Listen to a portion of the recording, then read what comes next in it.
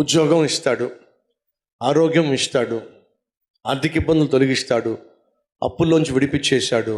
ఇవన్నీ పొందుకున్నారు, కానీ ఆయన నీకోసం ప్రాణం పెట్టలా. యాడికి పోతావు చెప్పు? నువ్వు మాట్లాడరే, గట్టిగా చెప్పండి, కొంచెం గట్టిగా చెప్పండి. ఇప్పుడు చెప్పండి, ఆయన ప్రాణం పెట్టడం చాలు అంటారా లేదంటారా? ప్రాణం ఎందుకు బ్రదర్, బోవ పెడితే చాలు బ్రదర్.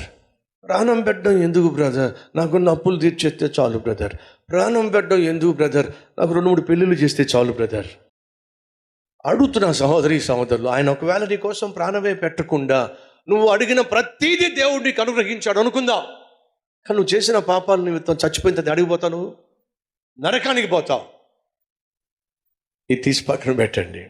ఆయన నీ కోసం ప్రాణం పెట్టాడు, నీ పేరు జీవగ్రంథంలో లిఖింప చేశాడు. ఇక్కడ కన్ను మూస్తే అక్కడ కన్ను తెరుస్తావు.